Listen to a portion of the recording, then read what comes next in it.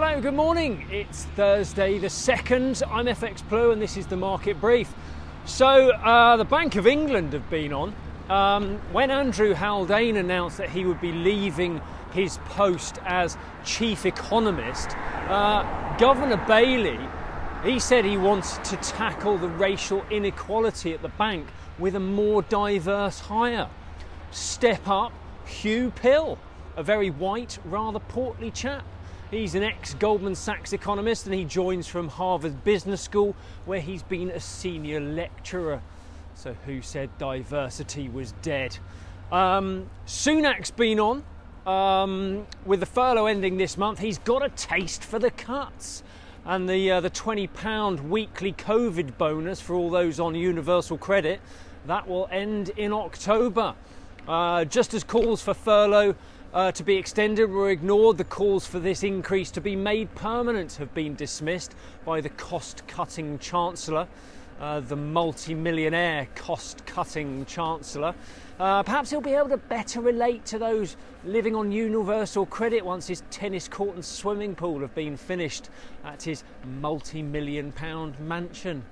In the market, sterling rallied against a weaker dollar yesterday. We touched 138 on the day, but we fell back with a little profit taking. We opened this morning around 137.80.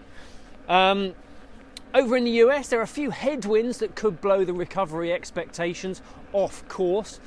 Cases of the Delta variant continue to rise stateside. Supply chain issues have been made worse by a slowdown in the Chinese economy. And then there was the damage caused by Hurricane Ida. And what a headwind that was. But all these issues have the potential to delay any Fed action. It does remain likely that tapering will begin by year end, but doubts are growing over whether it will start at the October meeting as previously expected. Non-farm payrolls may have a bearing on that, and forecasts have been downgraded throughout the week.